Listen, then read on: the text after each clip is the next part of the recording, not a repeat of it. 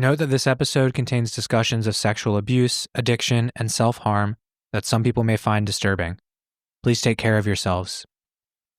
We understand that allegations came out this year regarding Jonathan's mistreatment of production staff on Queer Eye. We won't discuss it in this episode, which remains focused on Jonathan's memoir. We also use he/him series pronouns to refer to Jonathan. Though Jonathan uses all pronouns, we read that he prefers the he/him series. Feel free to correct us and enjoy the episode. Across humanity, stories witness us, and through them we see, we hear, and we grow. I'm Pauline Chu. And I'm Peter Rizzi, and this is Book Feels, a podcast about how books made us feel and how we feel about books.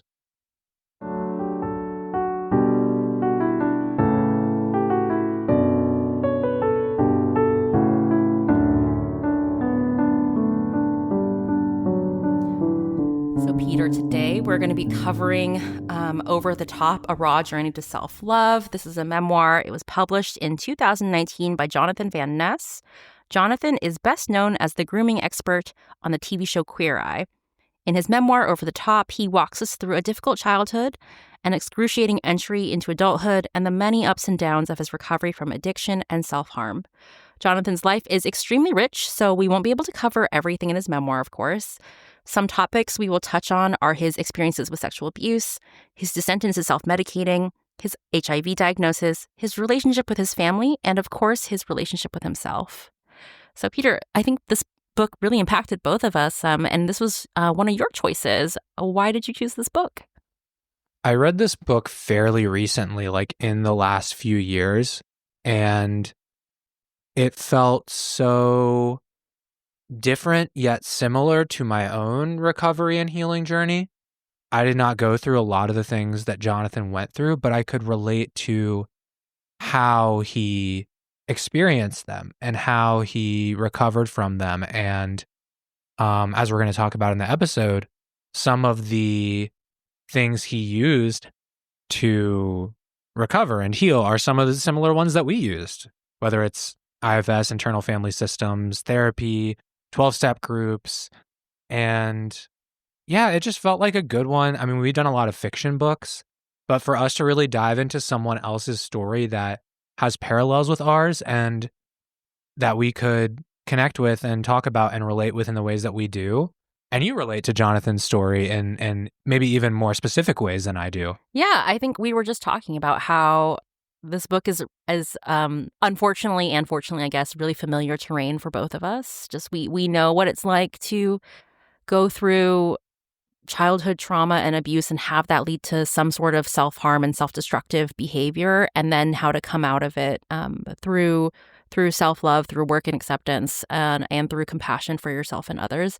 And I think that this book was really beautiful. I definitely related to it in terms of the sexual abuse, unfortunately, which we'll get into in more detail. We won't get graphic with it, obviously. I think Jonathan does such important work in this book. He really moved the needle for a lot of marginalized communities, I think, and I'm just so glad we're covering this book. I think important work is a good way to put it, and yeah, just to frame why we think this is worthy of spending an hour talking about. All right, well, let's get into it.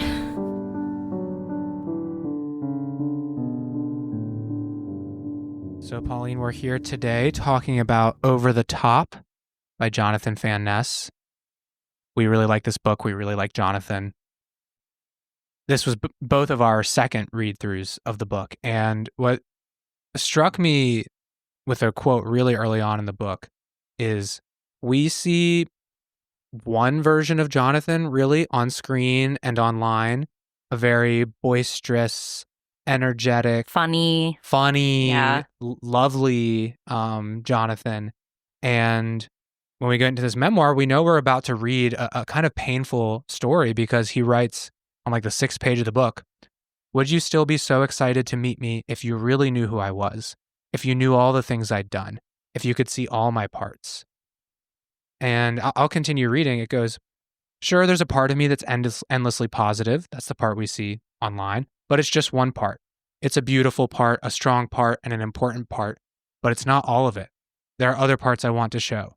Parts that are a little bit scarier to get into." So I just thought this is a really great way for us to frame our discussion of this book And just to start the discussion with, because it's I think a sentiment that we both kind of relate with, of like, Totally. Or at least we have related to it for a lot of our lives. yes, Yeah. people know one version of us, and there's this sense of, if these people really knew all of me, if they knew everything about me, everything I'd done, would they still be as excited to meet me, just like Jonathan asks? Yeah, and I think that that's part of, I think it's probably in every culture, but we've talked about how American culture really values a positive facade, and like American culture in particular, and that's also what sells. So obviously, yeah, Jonathan Van Ness doesn't show everything, and he's so incredibly brave to write down every single part of that he contains in this book and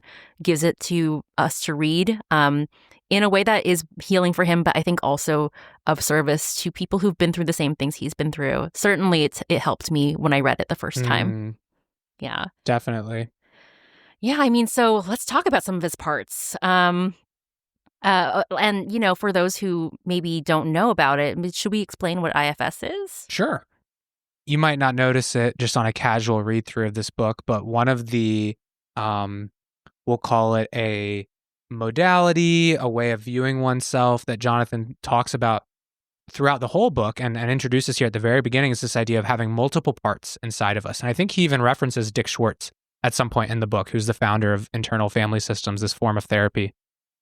It's an idea that was kind of stigmatized for a long time. There was this diagnosis that I don't even think exists anymore, called multiple personality disorder, or kind of this idea of having split personalities. But Dick Schwartz and Jonathan really resonates with it, and it resonates with both of us, is this idea that we all have multiple parts inside of us. And they form based on certain events that, like formative events that can happen to us. Absolutely. And some of these parts, if they came about as a result of trauma, are maybe stuck in certain periods of life. So we have parts inside of us that are different ages, different ways of expressing themselves, different levels of emotional maturity, emotional awareness. Right. And different, like they use different tools. And I think that a lot of these parts will form, especially as you mentioned, during a traumatic event, they form to protect you. And unfortunately, as an adult, they pop up when you are triggered by something that isn't the same as that traumatic event, but puts you in that same place. And that's what Jonathan is talking about, that he has many different parts because he went through a lot. Exactly. And those parts still come up even when that level of protection is not needed anymore. And that's when it can become difficult and cause problems in our lives. And some of the parts that I think everyone has in this theory, and I think that you and I both think, are an inner child, an inner teenager. And then what Dick Schwartz talks about and Jonathan also talks about is like a core true self who is mature, who is spacious, who can be able to withstand and be resilient with any difficulty that comes up, and can sort of put a loving hand over some of those younger, more traumatized parts during difficult moments. Yeah, and can hold perhaps even parts that conflict with each other with grace and like with minimal difficulty, actually. And that true self is pretty hard to access. But, we'll see throughout the book how hard Jonathan works and how hard it is to get there for him to access that part of him. So I want to talk about some of that trauma that we referenced that happened to Jonathan, and what exactly happened and why it stayed unresolved for so long, and how it led to eventually his destructive behavior and him hitting bottom at some point. So I think that what I want to get into is a pretty hard topic for me to talk about, which is sexual abuse. I've mentioned it a couple of times on this podcast. Obviously, Peter, you know me super well. I was a victim of sexual abuse, and so was Jonathan. Coincidentally, he was the same age as me, 4 years old. I think it's slightly different because Jonathan went through it. The perpetrator seems like that perpetrator was also kind of a child, an older child, but still a child. And I think there's still to this day not like a lot of language around how to like approach that or how to talk about it. So I think a lot of people sweep it under the rug. So I'm just going to read a passage from the book here. This is when Jonathan has given the context that at church, an older boy would, put him in a closet and play quote unquote doctor with him. And he would end up kind of having a sexual experience. It was very confusing for him. And he ends up like kind of triggered by it because his brother talks about if men have sex, then they get HIV. And he freaks out about that. And bear in mind, he's 4 years old. I dropped my fork. I could feel the color drain out of my face. Tears were streaming down my cheeks before I even knew why.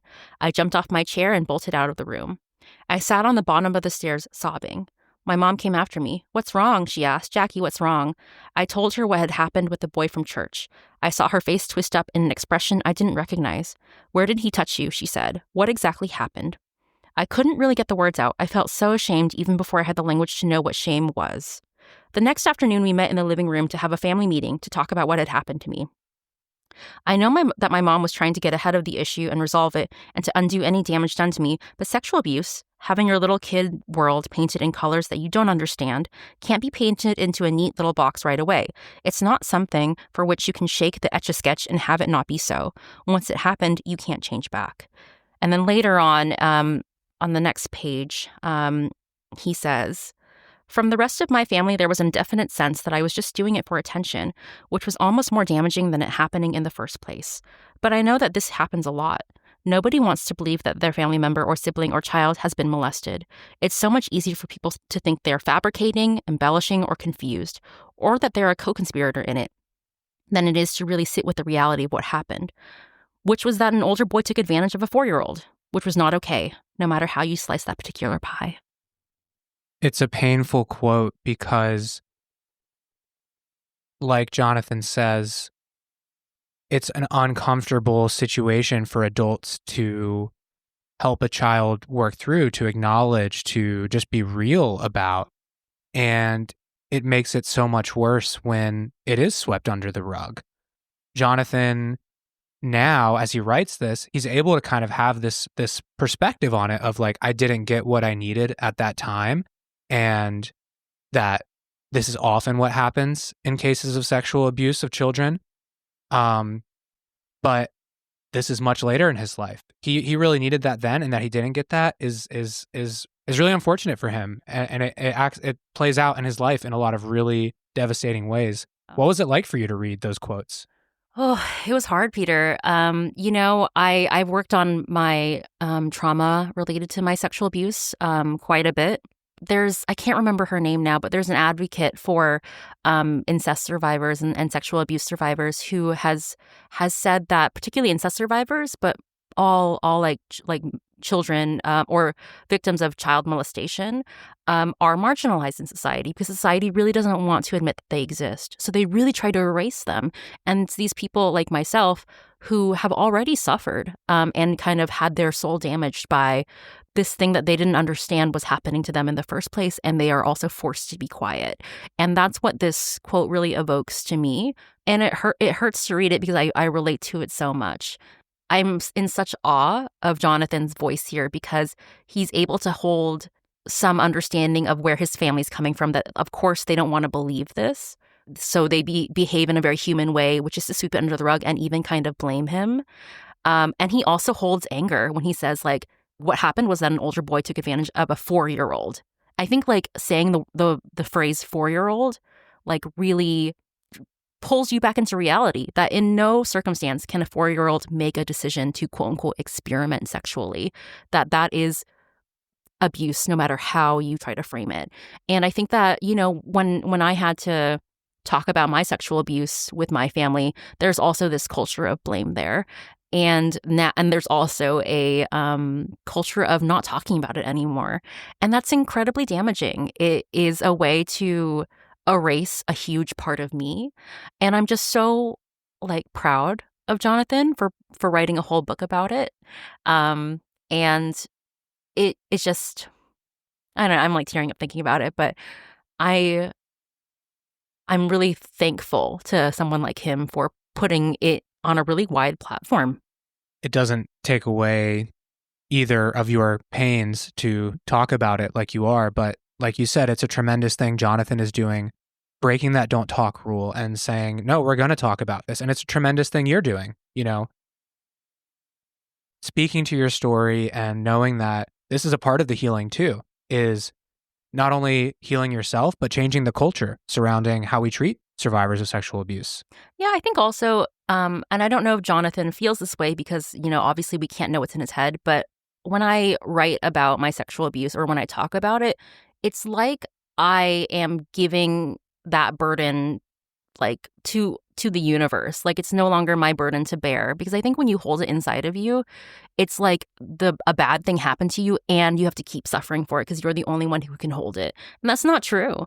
I think the world can hold it. I think the perpetrator can hold it. And I think your family should also be able to hold it. And I think that leads me to my next point of, I don't know, this culture of secrecy within Jonathan's family. And I think this is, I'm so glad you said, breaking the don't talk rule, because I think there's a don't talk rule in most families. Do you want to talk a little bit about that, Peter? I think the root of family secrecy is in appearances, in maintaining appearances, in just not being comfortable owning who we truly are, needing to hold up appearances for other people. And we see this exemplified in the book. I'm just going to read the passage.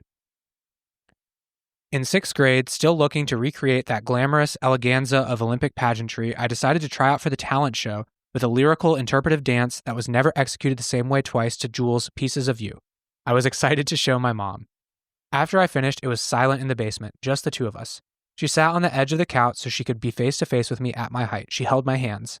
Jack, if you do this, if you try out with this, the kids will never let you live this down. They will always remember you for this. Are you sure you want to do this? Honey, she was serious as a heart attack.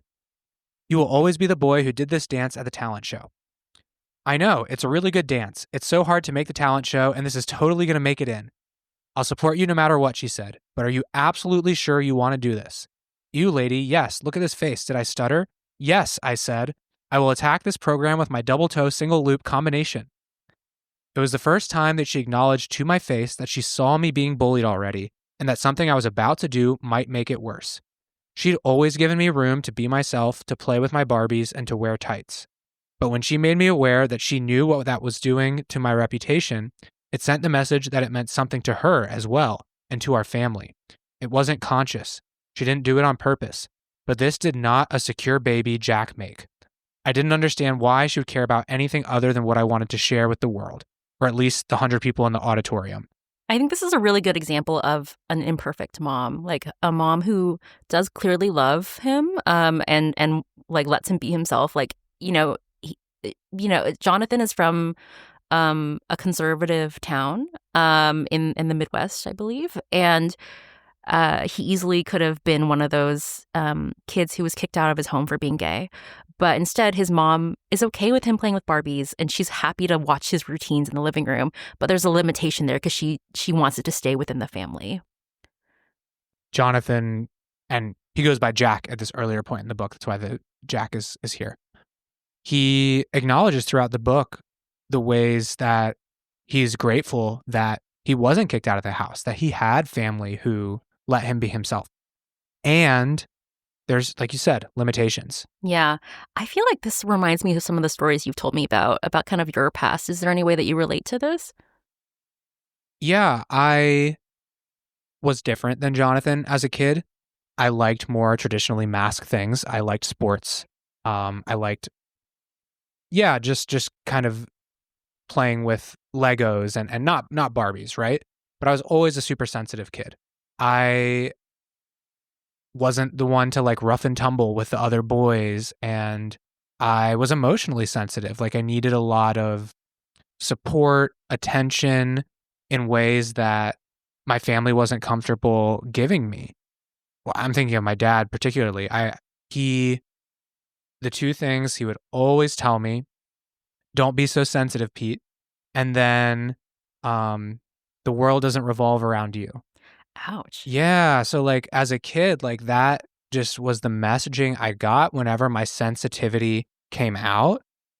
And, I imagine my dad being of the generation he came from and going through some of the things he did, that was what he needed to be okay as a man in the world and to advance in his professional world as he did. So he probably thought that that's what you also needed in a public-facing persona to be a man, quote unquote, to teach you to be a man. He saw me, this, 6-year-old boy, 8-year-old boy, like liking sports, liking different things, but also like at tackle football practice, like sneaking to the back of the line because I didn't want to do the tackle drills. And he probably saw like this little boy who's like not going to make it, like who's not going to make it in this tough world. And yeah, I still feel angry at like how that went down because it's been it's been really hard to be okay with being sensitive. Yeah, you've had to undo a lot of your conditioning. I have, and it's still in progress, and it still really affects me to this day. Yeah, I feel similarly. I think that, again, it's very families care so much about their appearance, and they care about how they're being perceived externally. And they'll let themselves get like all sorts of fucked up internally as long as nobody knows. And my family was very much like that. And it's really at such a cost to the child, to everybody, but particularly the children, because they learn that who they are, really their true self, isn't okay to exist.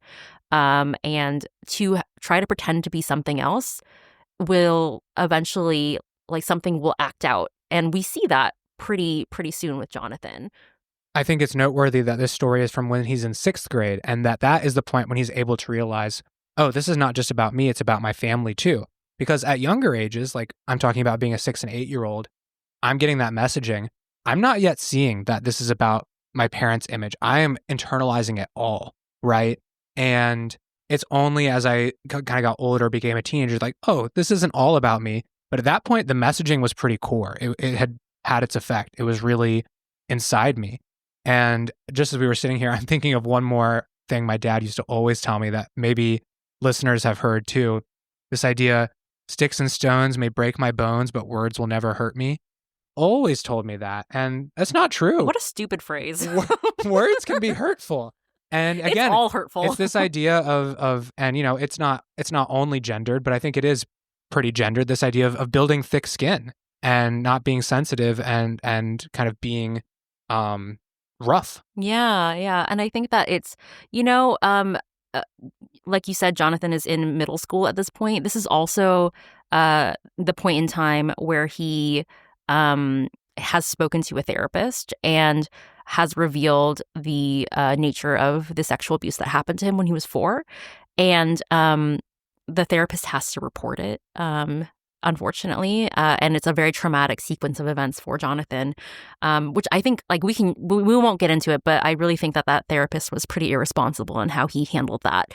And then, Jonathan writes at some point, like, that his mother finally knew his secret, that he was sexually abused.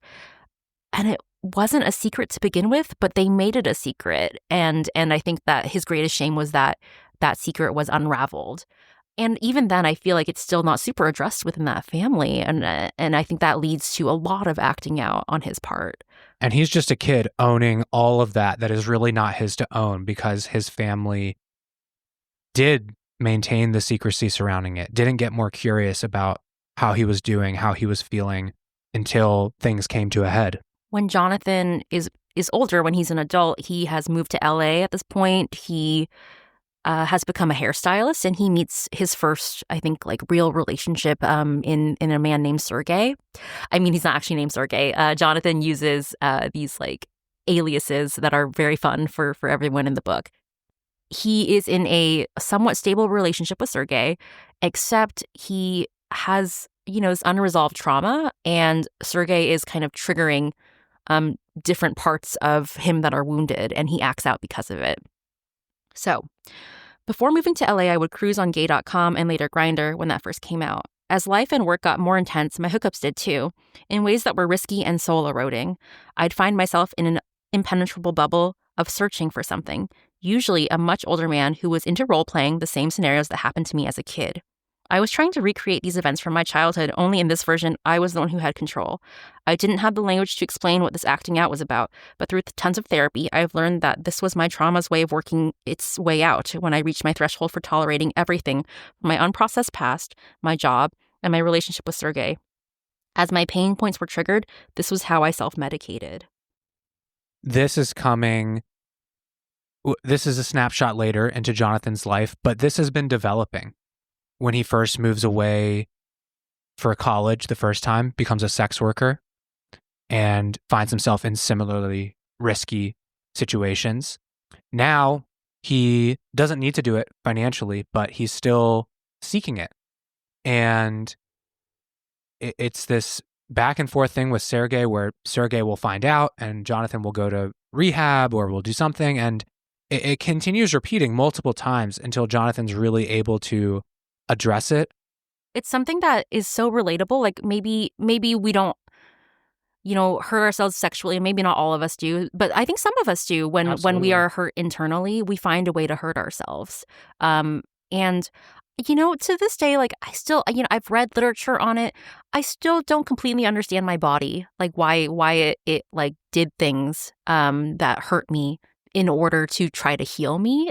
It's still kind of perplexing for me.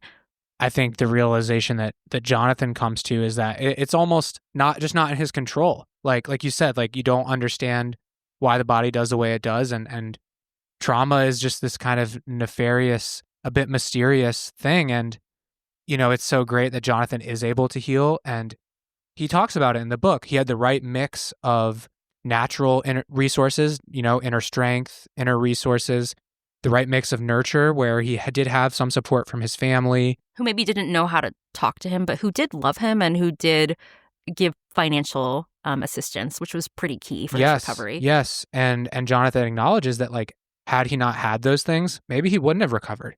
Maybe he would have ended up like a lot of young LGBTQ people do.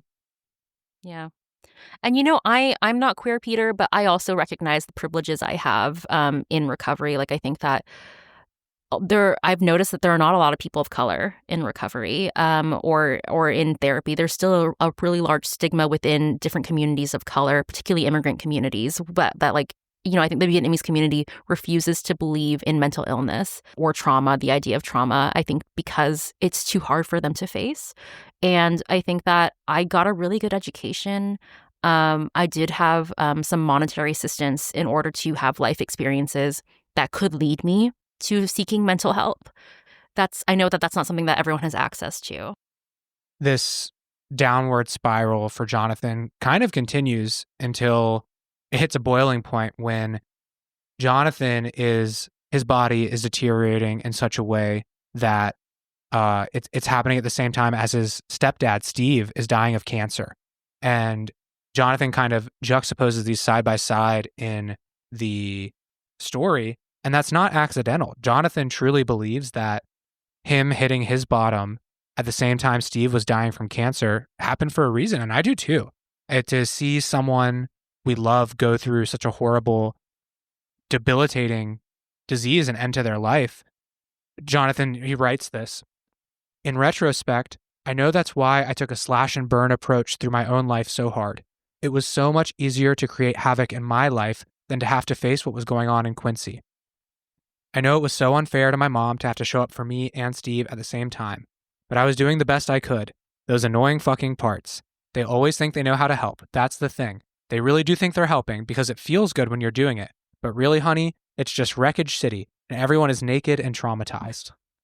I love how he writes, because like that is a heavy, like fucking heavy section. Because yeah, like I think that a lot of us have quote unquote self-destructive parts that are actually just trying to help us.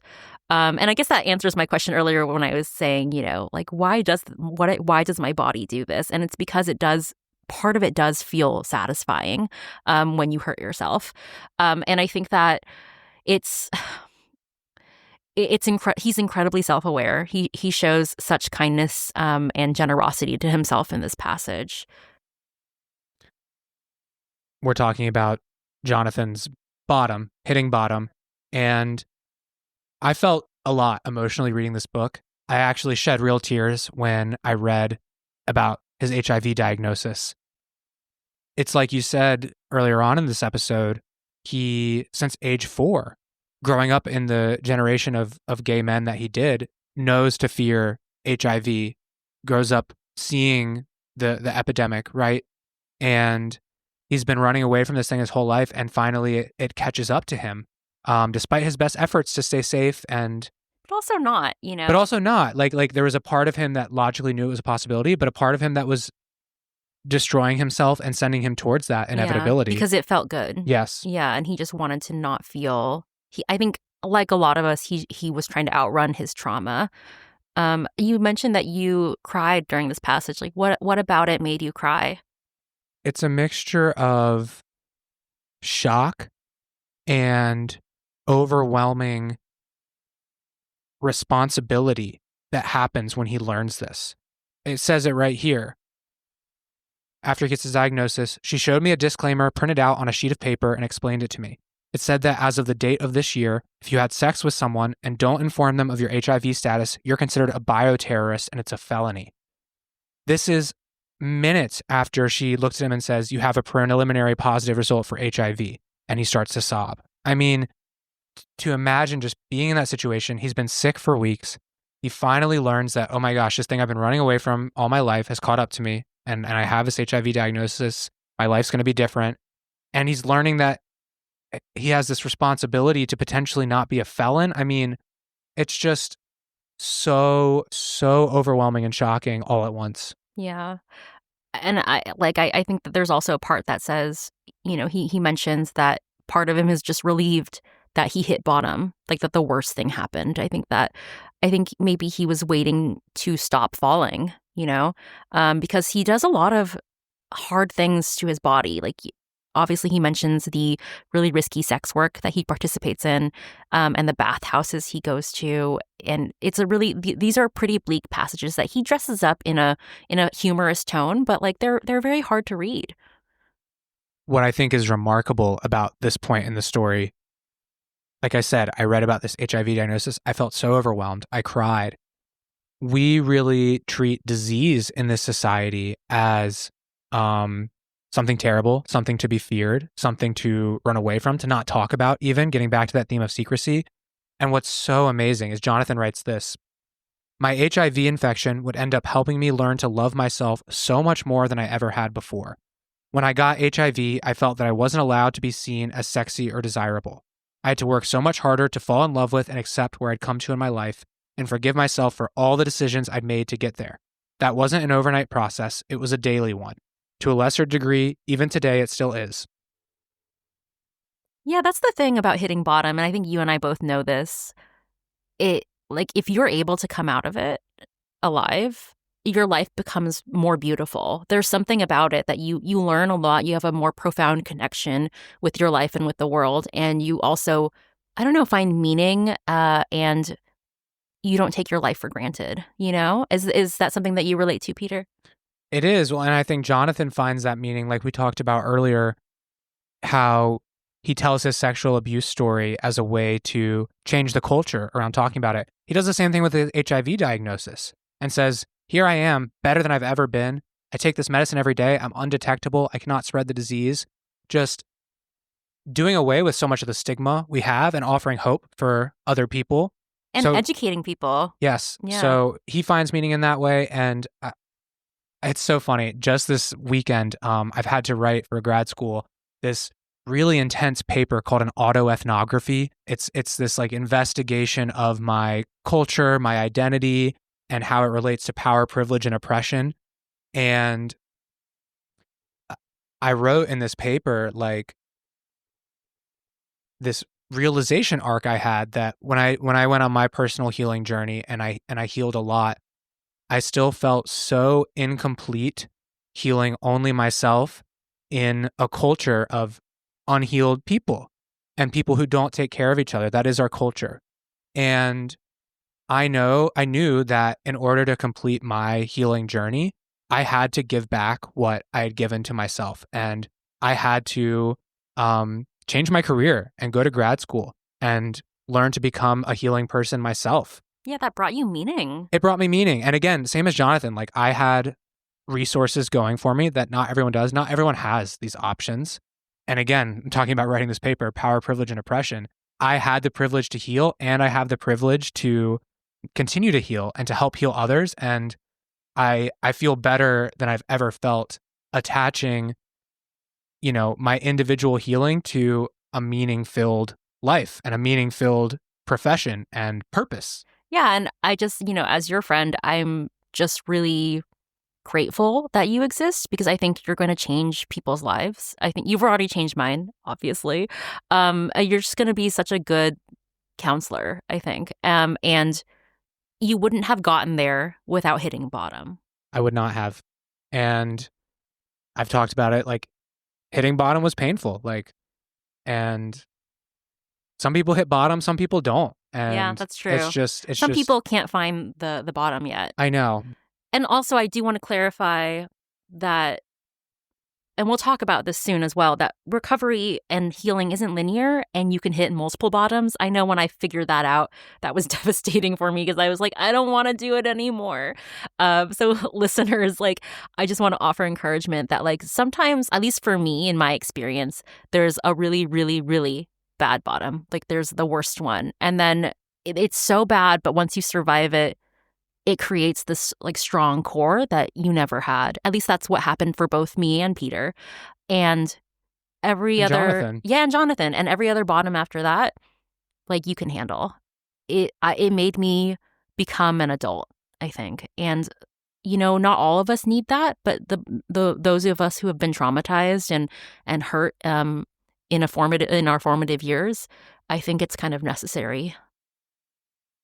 Jonathan describes this phenomenon of hitting multiple bottoms, of recovery not being linear, beautifully and painfully, tragically, when he talks about one of his stints in rehab. He has this huge family meeting where everyone comes out to, I think it's California where he's in rehab this time around.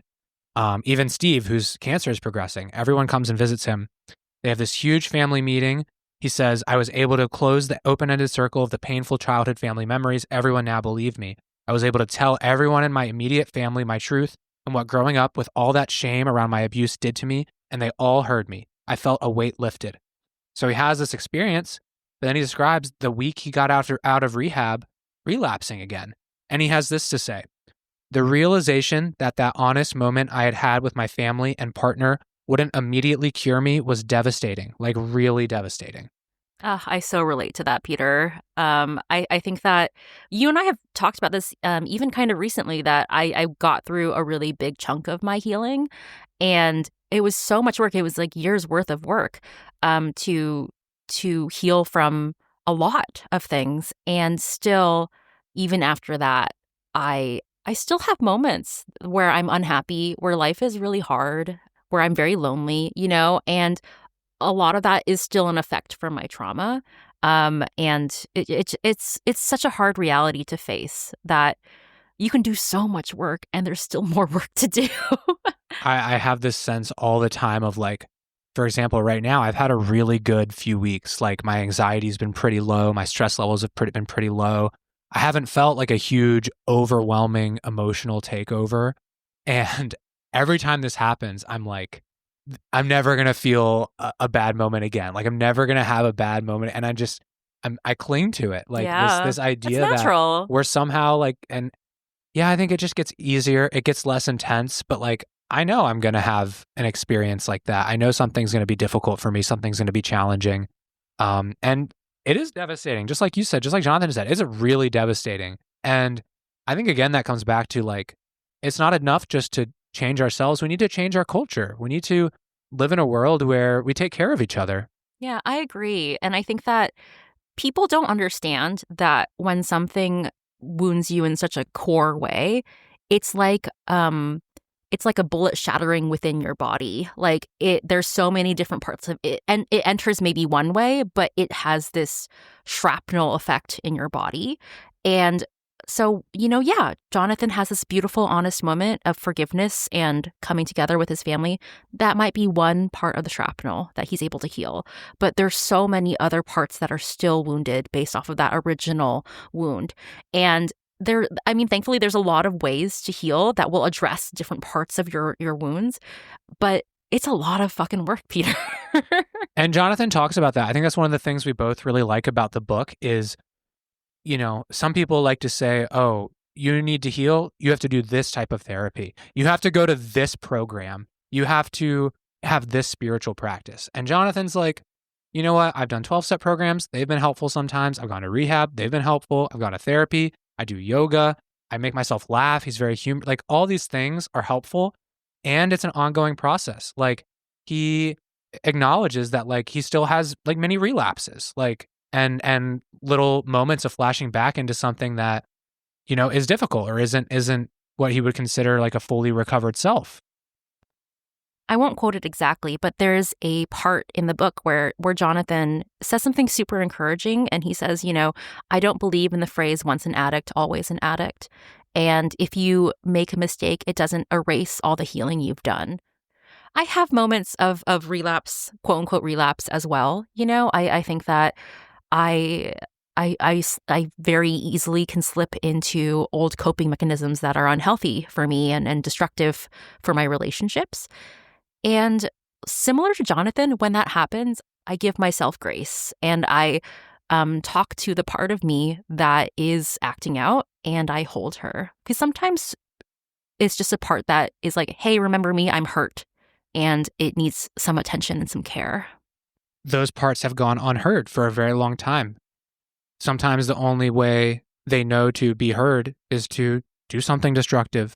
And little by little, we get more accustomed to being more present with those parts so that the message isn't communicated in the same way. And also learning that those parts are dynamic. So maybe one way of healing helped them before, but won't help, but another way of healing is necessary. So like meditation can help sometimes, but not all the time.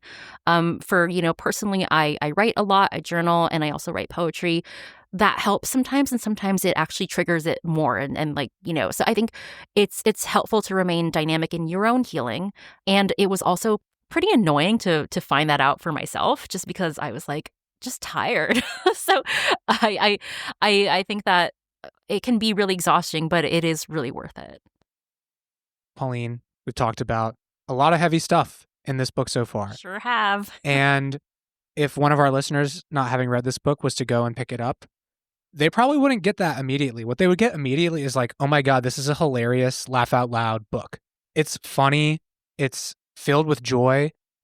From a young age, Jonathan is the same Jonathan we see now, like just so expressive, so fun, so willing to push the boundaries of like what he is allowed and not allowed to be and just be authentically himself when it comes to dressing up, the way wearing the clothes he wants to wear, when it comes to performing gymnastics as what he calls himself, like a big chubby boy, and like still just being really determined to be a gymnast. Ice skating routines in his basement, all of the above. And you know, we talked about how a lot of our podcast is going to be on the heavy stuff.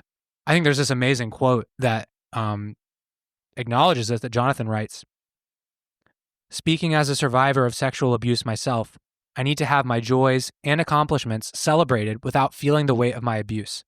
The problem with that need is that it isn't always possible. Both my joy and accomplishments existed, and so did the pain from my abuse. How can we feel one without the other? I found a lot of healing when I realized that my suffering didn't undo my joy." And I feel like this is a theme we've talked about in multiple of our episodes. Like I'm thinking of that, our Holes episode when Stanley's kind of having a similar realization. And it's something you and I talk about all the time. It's just like, and even right now, like we're recording the week that Trump got reelected.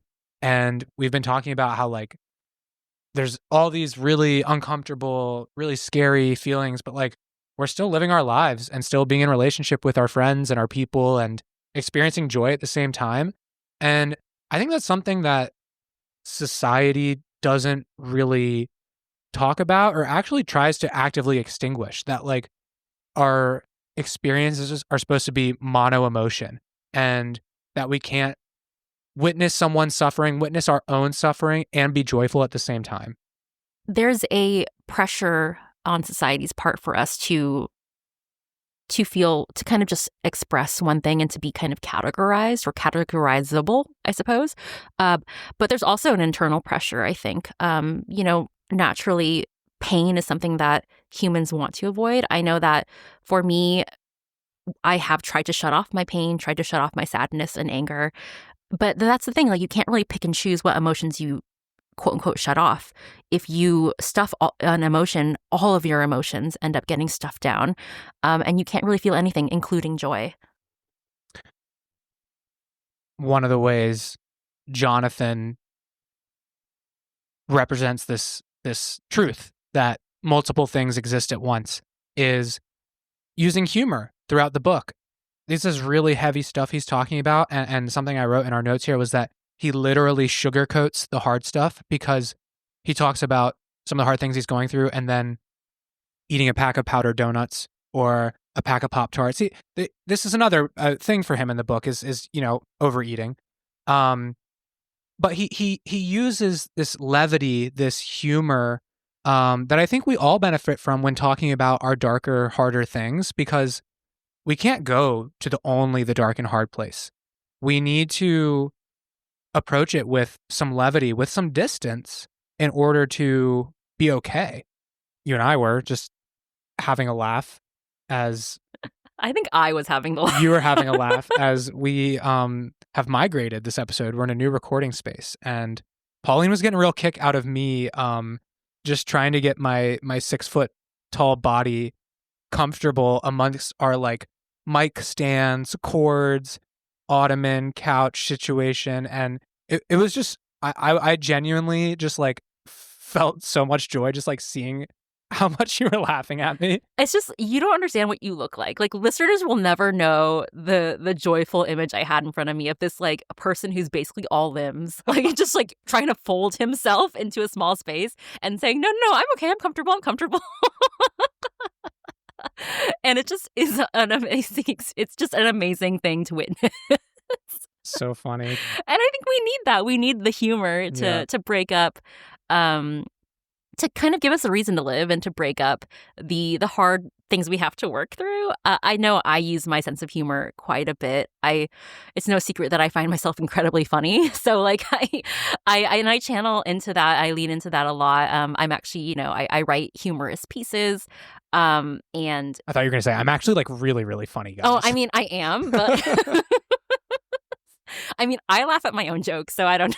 I'm funny to myself, but I think that's part of what keeps us going. I think it's also important that humor is one of the like ways to bond with another human without it being heavy.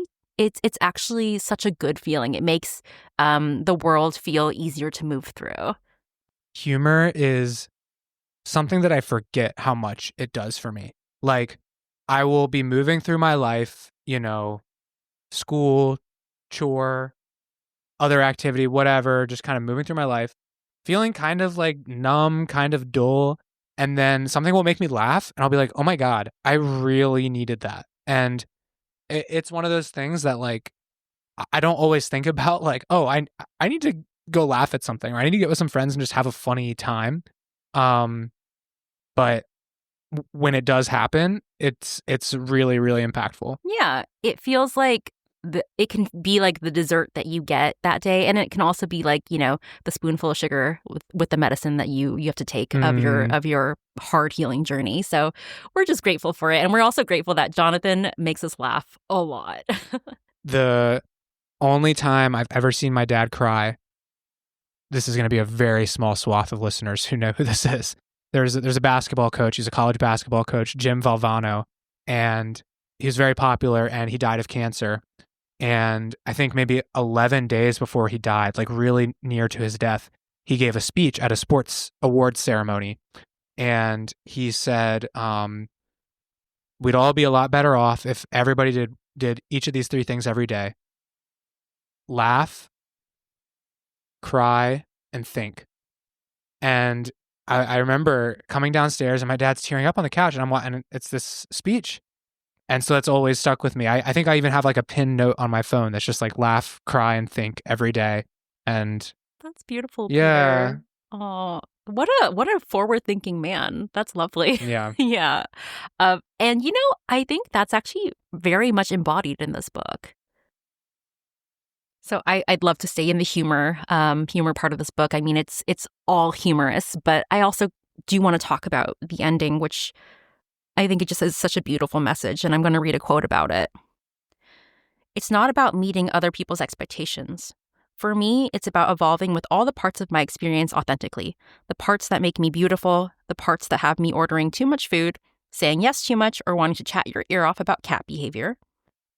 We are all a beautiful jumble of layers, parts, and mixtures of experiences, But my most important part, and in my opinion, everyone's most valuable part, is the one that chooses self-love instead of self-harm in the grand sweeping ways, but also the little ways every single day. Learning to parent yourself with soothing, compassionate love, forgiving yourself, and learning from all the decisions you made to get you to where you are, that's the key to being fulfilled. Learning to be the dream parent cheerleader to yourself. It's been in you the whole time, and no matter how down you get, you can always make a gorgeous recovery. I don't even know if we need to say anything else. What a beautiful quote. It's beautiful. The part about loving yourself, not only in the grand sweeping ways, but in the small everyday ways, that really speaks to me. And it's not always easy to choose self-love over self-harm on a regular, consistent basis. And we don't always do it. But hanging on to the moments that I do and that I really see that, oh, I chose myself today, and oh, I chose to love myself with this decision. It's like very life affirming. And I think also that when I don't choose myself, when I slip into an old coping mechanism, I like that Jonathan also thinks to include the word forgiveness for self-forgiveness, because, to err is to be human. I think that nobody's going to be perfect at loving themselves, but the fact that we have a commitment to ourselves is the unconditional love that we all deserve. And I think that Jonathan walks the walk. Like, he really leads by example. And particularly in writing this book, I think he helps a lot of people, ourselves included. When we were talking about it, preparing for this episode, I mentioned to you that I feel like this book embodies basically the values of our podcast, like how kind it is to the self, how that kindness radiates into compassion for others. And even Jonathan's entry into Queer Eye and his career in Queer Eye, the fact that Queer Eye's like kind of slogan was turning red states pink, one makeover at a time, like. It's been known that show is about creating connection and healing through kindness, and not through like forced therapy or anything like that, or shame. It's all through kindness and love. Self-love, forgiveness. Yeah, we all need a little bit more of that. Yeah, it's powerful. And I hope that our podcast can give a little bit of that to this world.